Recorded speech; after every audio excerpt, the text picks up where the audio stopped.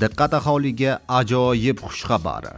O'zbekistonda endi 2026-yilda to'y qilgan fuqarolarga pul beriladi. Barcha fuqarolar tezda xabardor bo'ling. Assalomu alaykum, hurmatli tomoshabinlar. O'zbekiston va jahonda sodir bo'layotgan eng so'nggi va dolzarb xabarlarni kuzatib borish uchun albatta like bosib, kanalimizga obuna bo'lishni unutmang. Azizlar, hozir ertangi ob-havo ma'lumotini yetkazamiz va shundan keyin qaysi fuqarolarga pul berilishi haqida ma'lumot beramiz. O'zgidromet agentligi 22 mart kuni uchun ob-havo prognozini e'lon qildi. Unga ko'ra, bugun 21 mart kuni mamlakatning katta qismida qisman yog'ingarchiliksiz ob-havo bo'ldi. Faqat Qashqadaryo va Surxondaryo viloyatlarida kunning ikkinchi yarmida ba'zi joylarda yomg'ir yog'ib o'tdi.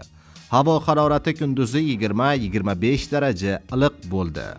23 va 24 mart kunlari respublika hududining katta qismida Qoraqalpog'iston Respublikasi va Xorazm viloyatidan tashqari barcha hududlarda qisqa muddatli yomg'ir yog'ib o'tadi. Momaqaldiroqlar bo'ladi. Havo harorati kunduzi 20-25 daraja iliq, shimolda esa 28 darajagacha ko'tarilishi kutilmoqda.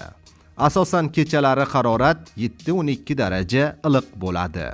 Respublikaning tog'oldi va tog'li hududlarida 22dan 25 martgacha sel suv toshqin hodisalari yuzaga kelish ehtimoli bor. Poytaxtimiz Toshkentda 22 mart kuni yog'ingarchilik kutilmaydi. Harorat kunduzi 21-23 daraja iliq bo'ladi.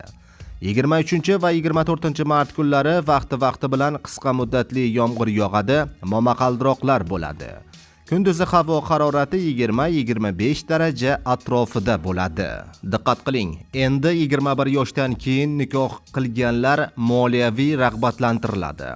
Prezident tomonidan imzolangan farmonga ko'ra, erta nikoh va erta tug'ruqning oldini olish bo'yicha yangi choralar joriy etiladi.